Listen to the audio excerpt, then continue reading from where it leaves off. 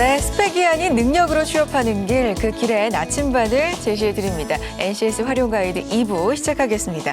자, 2부에서는 NCS 기반 채용 실전에 대해서 이 기업 한 곳을 특정하게 정해서 이야기를 나눠볼 텐데요. 먼저 도움 말씀 주실 두 분 소개해드리겠습니다. 한국 HR 진단평가센터 이승철 대표님 나오셨어요. 안녕하세요, 대표님. 안녕하세요. 네, 반갑습니다. 네. 자, 한국행동과학연구소 김순호 연구원님도 자리해 주셨어요. 안녕하세요. 안녕하세요. 네, 반갑습니다. 자, 1부에서는 NCS의 기본이 되는 영역이라고 할 수가 있죠. 직업기초 능력에 대해서 이야기를 나눠봤는데, 자, 실제로 NCS 기반으로 채용을 하는 경우에 이 직업기초 능력을 바탕으로 해서 신입사원을 뽑았더니 업무 적응도면서 어땠는지 좀 변화가 있었는지 궁금하거든요. 사실 뭐 직업 기초 능력이라고 해갖고 네. 뭐 기초 능력으로만 생각을 하시면 안 되고요. 네. 실제로 공통 능력이라고 보시면 돼요. 계속 설명이 됐지만. 그리고 10개 영역에 34개 하위 요소가 있는데 네.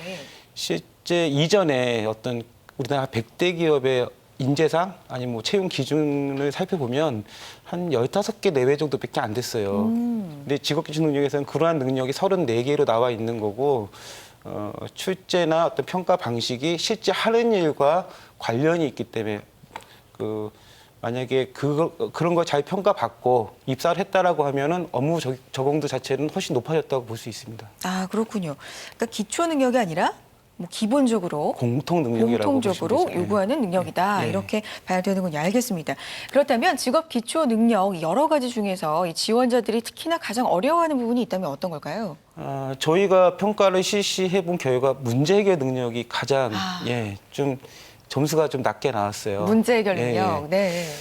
그런 거의 원인을 좀 보면 실제로 학생들이 기존에 어떤 지식 위주로 공부를 하다 보니까 암기식 그리고 이제 그 암기에 대한 지식을 푸는 문제지 실제로 저희가 사는 과정이 다 문제 해결 과정 아니겠습니까? 그렇죠. 네. 그래서 문제 해결 능력은 일단 사고력 자체는 평상시에 창의적이고 논리적이고 비판적으로 사고하는 그런 어떤 능력이 필요하고요. 네. 또 일상생활에서 발생할 수 있는 문제, 그리고 실제로 발생할 수 있는 문제에 대해서 어떻게 원인이 무엇이고 그걸 네. 어떻게 해결할 것인지 해결책이 없다면 그 대안이 어떤 게 있는지 이런 것들에 대해서 평상시 좀 그 학습을 하고 또 이제 좀 본인이 이제 실행을 이렇게 해야 되는데 학교 다니면서 사실 교육 환경이라든지 그런 것들이 뭐 이렇게 잘 안 돼 있죠. 맞아요. 예. 네.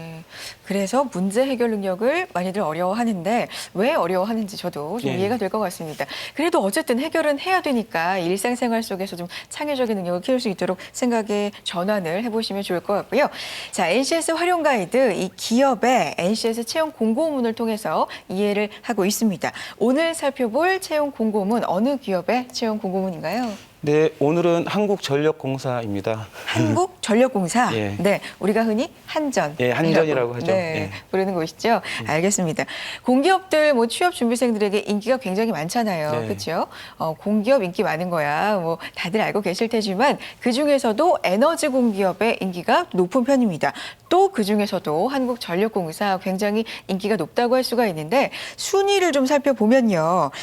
취업 준비생들이 입사하고 싶은 기업 순위에서 1위가 삼성이었고 2위 CJ, 한국전력공사가 9위였습니다. 그리고 연봉 순위에서는 5위였는데 네. 역시 인기가 많은 이유 중에 중요한 이유 중에 하나가 연봉이겠죠? 당연히. 네, 어떻게 보세요? 일단 뭐 공기업 성격 자체가 네. 안정적이라는 뭐 정년이 보장되고 뭐 이런 특성도 있고 또 연봉도 많고 근데 한전 같은 경우는 특히 제가 그 인터뷰 기사를 봤을 때 네. 자기 개발에 대한 기회가 굉장히 많다고 들었습니다. 아마 그런 요인도 작용을 하지 않았을까 생각합니다. 공기업 특유의 뭐 안정성도 그렇고요. 예, 예. 연봉도 그렇고 그리고 자기 개발을 위해서도 네, 네. 많이 또 애쓰는 기업이군요. 알겠습니다. 연구원님이 보실 때는 한전의 매력이 뭔가요? 일단 한국전력공사의 규모 자체가 상당히 국내 대기업에 준하는 약 임직원이 2만 명 정도에 이른다고 얘기를 하니까요. 네. 규모 자체가 상당히 크고요. 그리고 저희 대표님께서도 이제 설명을 해주시겠지만 한국전력공사를 비롯해서 각 전국의 권역별로 발전 산업 분야를 이끌고 있는 발전 자회사들이 있습니다. 네. 예를 들면 한국서부발전, 동서발전, 뭐 남동발전 등의 자회사들이 있는데요. 네. 이 자회사들의 상당한 정도로 영향력을 가지고 있고 어떻게 보면 이제 모태라고 할 수 있는 곳이 한국전력공사이거든요. 그런 점에서 국내 어떤 발전 분야에 있어서 뭐 이미 글로벌화된 시장 진출을 하고 있고요. 네. 그런 점에서 우리 취업을 준비하는 학생들에게도 매력적으로 다가오는 기업이 아닐까 생각을 합니다. 그렇군요. 지금 자회사도 화면으로 보시고 있는데 몰랐습니다. 저렇게나 자회사가 많군요. 네. 알겠습니다. 자, 한국전력공사 연역도 궁금하고요. 어떤 일을 하는 곳인지 구체적으로 살펴보겠습니다. 대표님. 한국전력공사는 우리나라에 네. 전력이 필요한 뭐 개인이나 기관이나 네. 뭐 공장 같은 데에 전력을 공급하는 공기업이죠. 그렇죠. 예, 공기업이고 실제로 그 연역에서 보셨지만 그 뭐 경북궁의 뭐 건천궁에 있는 그 점등을 최초로 했다라고 오. 했지만 종로에 있는 가로수에 있는 점등도 최초로 한 데가 한전입니다. 어쨌든 최초가 예. 많네요. 예. 네, 전기에 관해서는. 예. 네, 그렇군요. 계속 이제 전력과 관련된 생산을 하다가 네. 최근에는 이제 뭐 신재생 에너지와 같은 환경 관련 에너지 개발이나 아니면 뭐 그 해외에 원전 수출 같은 업무도 새로 하고 있고요. 네.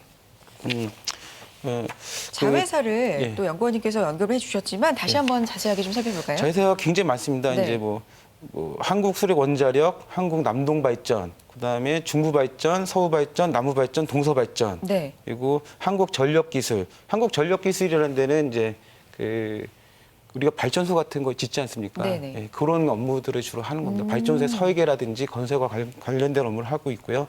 KPS, 원자력 연료, KDN, 산업개발 이렇게 돼 있습니다. 굉장히 많죠. 그러네요. 예. 이렇게 보면 11개 예. 자회사를 가지고 있는 예. 직원 수가 2만 명에 달하는 그런 공사입니다. 한국전력공사.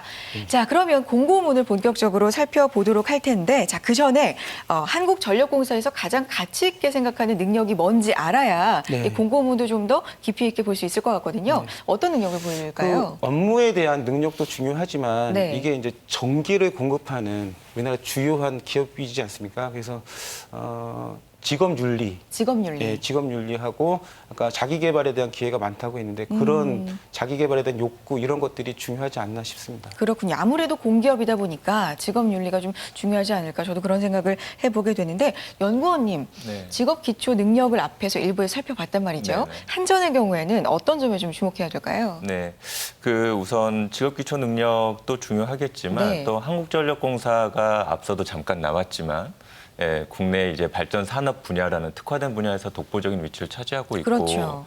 또 글로벌화된 어떤 사후 확장을 진취적으로 지금 모색을 하고 있다 보니까 최근에 그 유입이 되는 신입 그 사원들에게도 네. 그런 글로벌화된 어떤 마인드 그리고 기업가 지향적인 마인드 새로운 어떤 가치 창출을 스스로 진취적으로 마련을 할 수 있는 그런 도전 정신을 또 요구를 하고 있습니다. 오. 그리고 네, 지역 기초 능력 관련해서는 이따 공고문을 통해서 좀 더 자세하게 한번 살펴보도록 하겠습니다. 알겠습니다.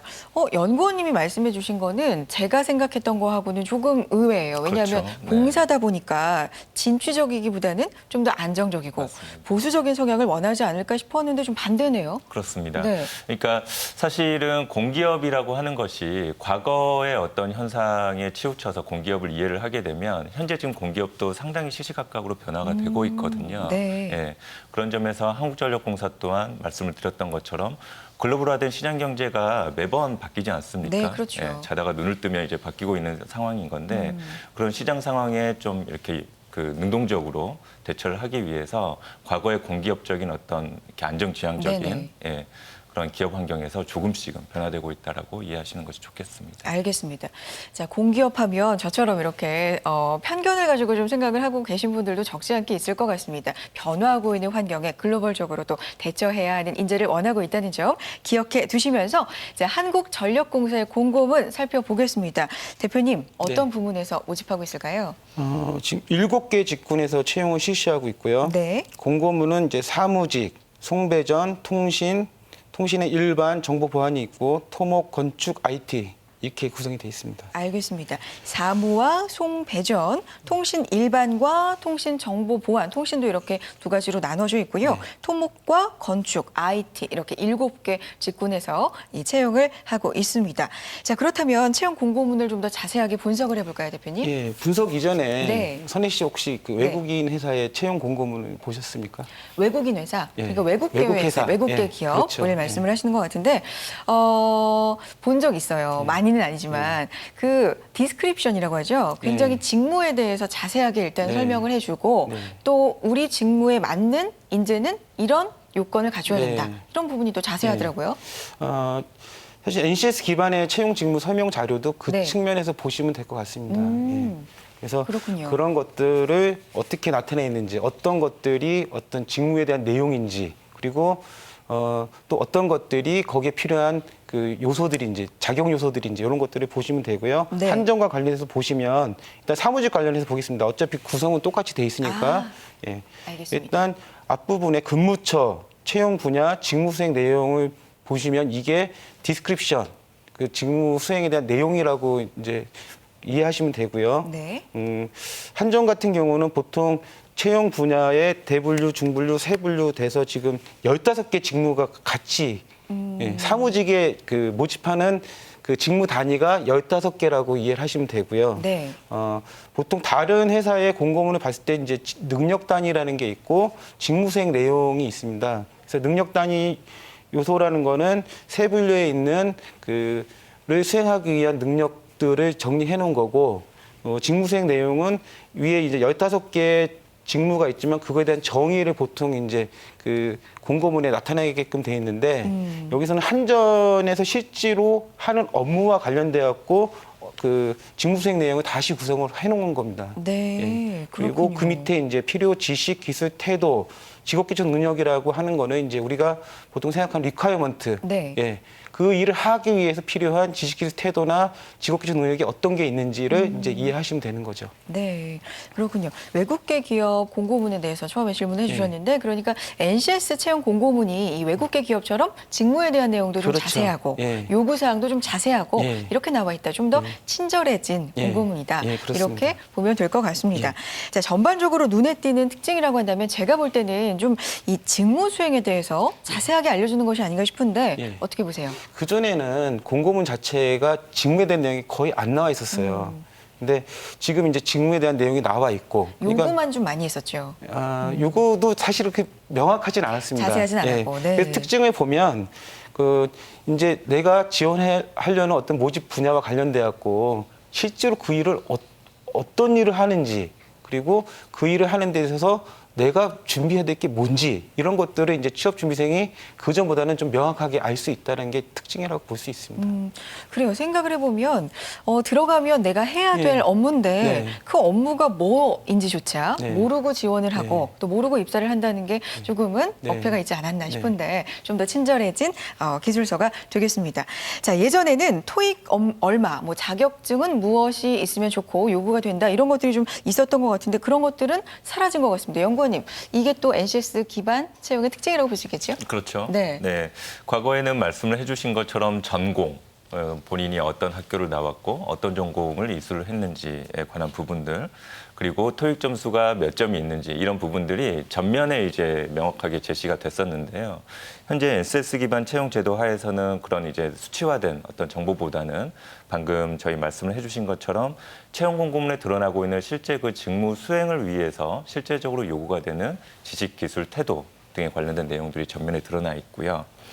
그리고 전공과 토익 관련해서도 이제 부가 자료를 통해서 지금 제시를 하고 있습니다. 한국전력공사 같은 경우에는 전공 부문의 이제 특징적인 변화를 보시면 과거에는 해당되는 그 전공 영역에 대해서만 지원을 할 수가 있었습니다. 네. 예, 그런데 지금은, 그러니까 이번에 지금 채용 공고문을 보시면 해당되는 전공을 이수하지 않았다라고 하더라도 관련된 요구되는 자격증만을 가지고 있어도 지원을 가능할 수 있고요. 그리고 토익 점수 같은 경우에도 과거에는 900점을 만점 기준으로 설정을 했었습니다. 그랬죠. 예. 그런데 이번 채용에서는 850점으로 50점이라는 수치가 조금 뭐 차이가 크지 않다라고 이해할 수도 있겠지만 850점 정도로 만점 기준을 하향 조정한 것도 특징이라고 볼 수가 있겠습니다. 알겠습니다. 그런데 여기서 한 가지 이 취업 준비생들 입장에서 소위 딴지라고 하죠. 제가 하나 좀 의문을 제기하고 싶은 게 뭐냐면 기준이 낮아졌는지는 모르겠지만 채용 공고문을 보니까 제가 지난 시간부터 지기태라고 말씀드리고 있지 네. 않습니까? 지식, 기술, 태도 면에 오히려 그런 것들이 좀 다 들어가 있는 게 아닌가. 굉장히 상당히 높은 능력을 요구하고 있는 것 같아요. 그렇죠. 보면요. 필요 지식은 지식으로 법률, 행정, 경영, 경제, 회계 이런 지식을 요구하고 있고요. 필요 기술은 외국어, 태도에 있어서는 세밀함을 보겠다. 그렇죠. 이게요, 너무 좀 모호하기도 하고 광범위하기도 하고 어떻습니까? 제 지적이? 이 공고문을 통해서 그런 거를 이제 느낄 수가 있는데 네. 앞서 얘기한 대로 이건 그 NCS에 있는 15개 직무를 가지고 축약을 해놓은 겁니다. 실제로 15개 직무라고 하면 그 내용이 한 개 직무당 보통 한 200페이지 정도 되거든요. 그러니까 15개 직무를 다 보려면 한 3,000페이지 정도 되는 양이에요. 와. 그런 것들을 이제 압축해 놓은 거예요, 지금. 사무직과 관련돼서 우리 회사에서 필요한 능력들, 뭐 지식, 기술, 태도, 직위태 이런 이제 압축해 놓은 거기 때문에 뭐 그렇게 높다고 볼 수는 없을 것 같고요. 이게 어차피 또 신입 사원 선발에 필요한 능력들을 정리해 놓은 거니까. 네. 예.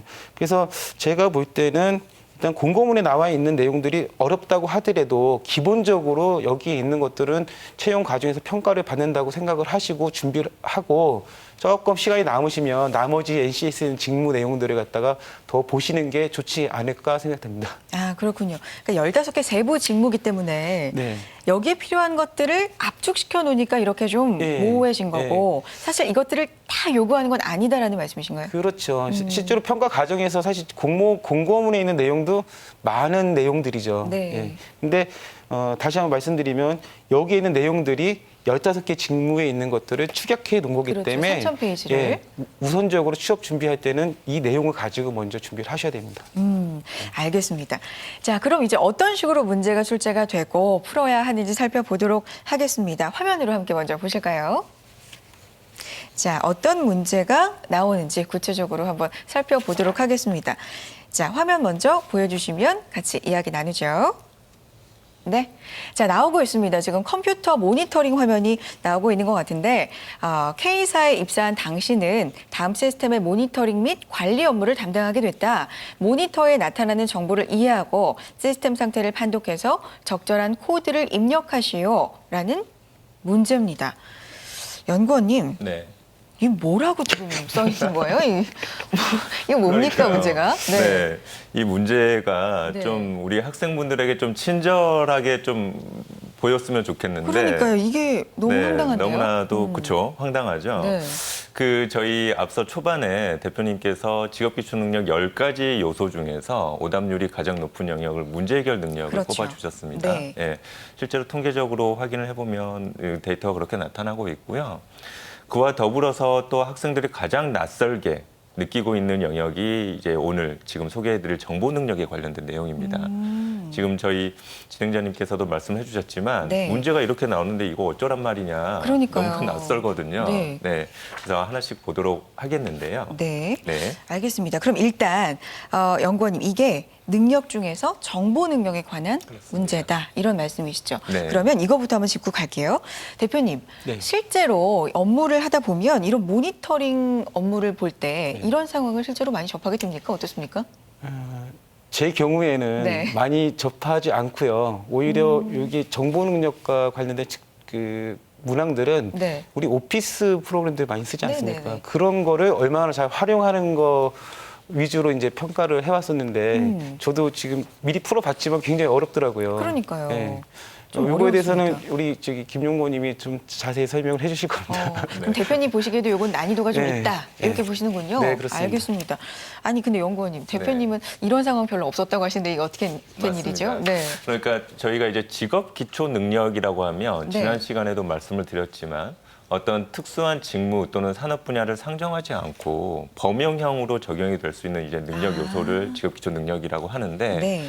거기에 이제 10가지의 직업 기초 능력 요소들이 있는데 그중에서 오늘 소개해드릴 정보 능력은 상대적으로는 어떤 특수한 직무의 연관성이 보다 더 높다라고 이해를 하시면 좋을 것 같아요. 왜냐하면 정보 능력의 하위 요소를 보시면 컴퓨터 활용 능력과 정보 처리 능력이 있습니다. 네. 이 두 가지 능력이 사실은 저희가 지금 회사 생활에서 업무를 하다 보면 기본적으로 그 활용을 해야 되는 기자재가 컴퓨터인데 그렇죠. 예. 그런데 그 출제되는 문항의 성격들을 보면 다소 인문계열 학생들에게는 낯선 정보들이 많이 제시가 되고 있거든요. 그래서 상대적으로 10가지의 지역 기초 능력 중에서 어떤 특수한 직무에 좀 이렇게 특화된 타겟팅이 된 형태라고 이해를 하시면 좋을 것 같습니다. 근데 그렇다고 해서 나는 인문계열 전공자니까 이 영역은 소홀히 해도 돼. 그렇게 보시면 안 되겠습니다. 아, 그렇군요. 알겠습니다. 일단은 첫 문제를 대면한 첫 느낌은 굉장히 황당하다, 낯설다입니다. 근데 어쨌든 풀이 과정은 있을 거고요. 답은 있을 텐데 이거 어떻게 풀어야 됩니까? 좀 예. 친절하게 설명해 주세요. 의원님. 알겠습니다. 네. 제가 친절하게 설명을 해드려야 되는데 네. 한번 잘 해볼게요. 네. 자, 지금 보시면 문제가 하나씩 한번 보겠습니다. 우선 첫 번째 나온 문제는 어떤 시스템에서의 오류 상태를 나타내는 메시지가 한 10여 줄, 10줄 정도로 제시가 되어 있어요. 그러네요. 네, 이걸 보면 우리 학생들 문제 풀 수 있는 학생들 아마 단 한 분도 없을 거라고 저는 생각을 해요. 근데 이제 중요한 것은 뒤쪽에 나온 정보들입니다. 아, 뭐가 더 있군요. 그렇습니다. 네. 그래서 그 상태 메시지를 이해하기 위해서 각각의 내용들이 무엇을 의미하는지에 관한 정보를 상세하게 제시를 했죠. 자, 우리 학생들이 확인해야 될 부분은 바로 이 지점입니다. 네. 그러니까 정보 능력에서의 지금 묻고자 하는 것은 앞서 나온 상태 메시지에 관한 내용들, 그 메시지의 내용들을 배경 지식 차원에서 이미 알고 있는지를 평가하는 능력 요소가 절대 아니고요. 그에 관련된 정보들을 상세하게 제시를 하고 있기 때문에 그 정보를 얼마나 합리적이고 논리적으로 또 정확하게 해석해낼 수 있는지를 묻는 영역이라고 볼 수가 있겠죠. 아, 그렇군요. 알겠습니다. 그러면 컴퓨터 프로그램 용어에 대해서 모르더라도 네, 이 주어진 자료만 해석을 잘하면 풀 수 있다. 그렇습니다. 이런 말씀이신가요? 그렇죠. 아, 네. 그럼 이것도 자료 해석의 한 종류로 봐도 되지 않을까요? 그렇습니다. 저희가 지지난 시간에 의사소통 능력, 그렇죠. 그리고 수리 능력에 관한 문제를 풀 때 항상 나왔던 게 제시된 정보, 제시문의 내용을 정확하게 파악할 수 있느냐였잖아요. 네, 관건이요. 그것과 맥락을 같이 하는 형태라고 보시면 되겠습니다. 알겠습니다. 네. 그렇다면 이런 능력을 키우기 위해서 어떻게 좀 평소에 뭘 네. 공부해야 되는지 제안을 해주셨으면 좋겠어요. 네, 사실 이 정보 능력에 해당하는 하위 요소를 하나를 차지하고 있는 것이 컴퓨터 활용 능력이 있습니다. 그래서 요즘 우리 학생들 컴퓨터는 뭐 기본적으로 다 잘 다루실 수 있을 그렇죠. 것인데요. 그런 내용들에 관련해서 조금 더 친숙하게 어느 정도는 확인을 해두시면 좀 더 도움이 될 것 같아요. 근데 말씀을 드린 것처럼 그런 내용에 뭐 친숙하지 않고 컴퓨터에 관련된 정보들을 모른다고 하더라도 문제를 푸는 데는 크게 무리는 없거든요. 그런데 좀 더 시간을 단축하고 친숙도, 친밀도를 높이기 위해서 관련된 내용들을 미리 확인을 해두시면 좋을 것 같습니다. 네, 알겠습니다. 자, 이렇게 비슷한 능력을 요구하는 문제들 한 가지만 더 봤으면 좋겠거든요. 어떤 유형이 있을까요? 네, 저희 우리 학생들이 아마 수치화된 데이터를 관리하는 대표적인 프로그램이 있습니다. 뭐가 있을까요? 뭐 PPT, 엑셀, 맞습니다. 뭐 엑셀. 네, 그렇죠. 아, 그렇군요. 엑셀 프로그램이라는 것이 있죠. 저희 엑셀 프로그램의 그 수치를 효율적으로 관리하기 위해서 많이 쓰는 것이 함수식이 있습니다. 이 함수식을 놓고서 각각의 데이터를 이 함수식을 통해서 계산을 했을 때 얼마로 도출이 되는지 이런 내용들도 실제 기출로 출제가 됐었고요. 이때도 마찬가지입니다. 저는 엑셀은 물론이거니와 엑셀 프로그램에서 활용하고 있는 함수식은 전혀 모릅니다. 네. 라고 해도 겁내지 마시고요. 관련된 정보들이 문제 속에 다 포함이 되어 있으니까 그런 내용들을 잘 확인을 하시면 어렵지 않게 해결하실 수 있을 것입니다. 네. 여태까지 문제를 좀 보니까 정말 난 컴퓨터에 대해서 모르는데 용어도 모르고 프로그래밍 용어도 모르는데 하면은 일단 그냥 손을 이렇게 놓는 분들이 많을 것 같습니다. 지레 겁먹고. 하지만 친절하게 정보가 다 주어지는 문제들이 많은 것 같으니까요. 좀 더 포기하지 마시고 끝까지 한번 살펴보시면 답이 나오지 않을까 이런 생각이 들고요. 자, 한국전력공사 공고문 살펴봤습니다. 지원하시는 분들에게 좀 도움의 말씀을 주셨으면 좋겠어요. 대표님 먼저 부탁드릴게요. 네, 일단 아까 뭐 전에도 말씀드렸다시피 그 여러 직무를 묶어서 지금 채용을 하는 형태이기 때문에 네. 뭐 직업 기초 능력을 살펴보시면 10가지 능력이 다 들어가 있어요. 그래요? 그래서 필기 전형에 이제 직무생 능력 평가라고 돼 있지만 그 부분에 직업 기초 능력이 차지하는 비중이 클 거라고 생각을 하고 있고요. 따라서 그 직업 기초 능력에 대한 준비를 좀 하시면 좀 더 유리하지 않을까 생각이 됩니다. 네, 알겠습니다. 연구원님, 네. 어떤 말씀 해주고 싶으세요? 네, 한국전력공사가 저희가 계속해서 얘기를 하고 있지만 국내 발전 산업 분야에서 아주 독보적인 위치를 차지하고 있습니다. 그런 점에서 사실은 특히 이제 지역기초 능력을 강조해 주셨지만 각각에 해당되는 직무에서 특화된 형태로 요구되는 그 능력 요소들에 대한 상당한 정도로 전문성을 또 요구하고 있습니다. 그래서 우리 학생들 한국전력공사라는 어느 정도의 그 기업 네임밸류가 있는 회사에 지원하기 위해서 본인의 전공 영역 그리고 본인의 직무 수행과 관련된 전문성을 보다 더 디벨롭할 수 있는 그런 노력을 기울였었으면 합니다. 알겠습니다. 자, NCS 활용 가이드 2부는요. 자, 한국전력공사 공고문을 통해서 NCS 평가에 대해서 자세하게 살펴봤습니다. HR 진단평가센터 이승설 대표님, 한국행동과학연구소의 김순호 연구원님 오늘도 함께해 주셨습니다. 두 분 고맙습니다. 네. 네, 저희는 다음 이 시간 더욱더 알찬 소식으로 찾아뵙겠습니다. 여러분 고맙습니다.